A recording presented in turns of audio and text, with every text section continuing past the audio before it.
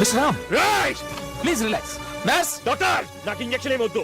నీతో మాట్లాడడానికి టైం లేదు. Cool down please. I'm okay, everything is fine.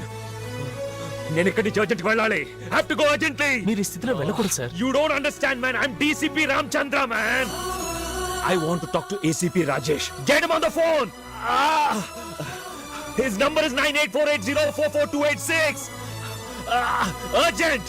Urgent, man. మీరు ఇంజెక్షన్ తీసుకో, లేకపోతే కండిషన్ సీరియస్ అవుతుంది. Rajesh. రామ్, ఒక నిమిషం relax. Doctor, what is this? అసలు ఏం జరుగుతుంది ఇక్కడ? నాకేం అర్థం కావట్లేదు. డాక్టర్ ప్లీజ్ ఒక 2 minutes మీరు బయటకు అది వెళ్ళండి. కాదు, ఇంజెక్షన్ ఇవ్వాలి. ఒక 2 minutes మీరు బయటకు వెళ్ళండి Please. ప్లీజ్.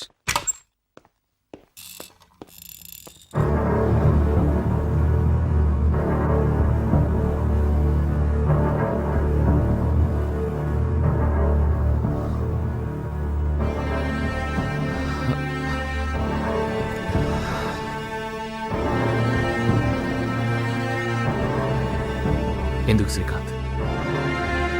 సంచి కోసమేగా.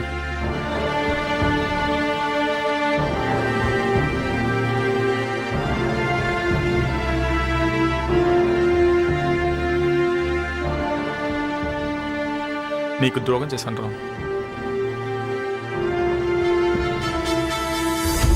నా వృత్తికి ద్రోహం చేశాను రా.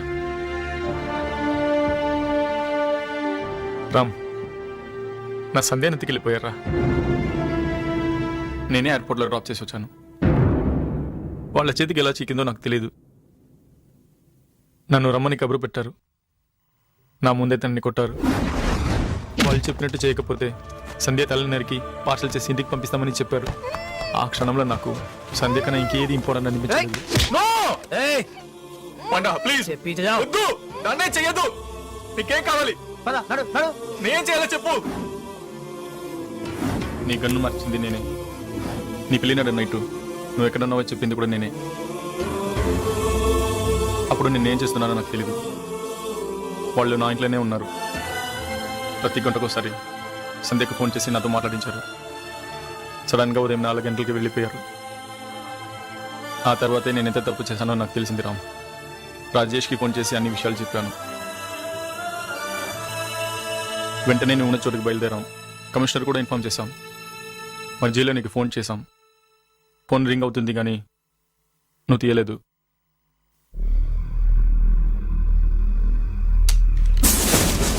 శ్రీ, ఏంటి ఏం చేస్తున్నావు?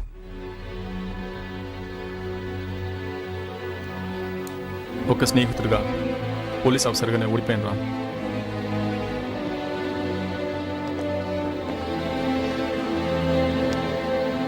ఇప్పుడు ఆలోచిస్తే సంధ్య కూడా నన్ను క్షమించదు. నాకు క్షమాపణే లేదు.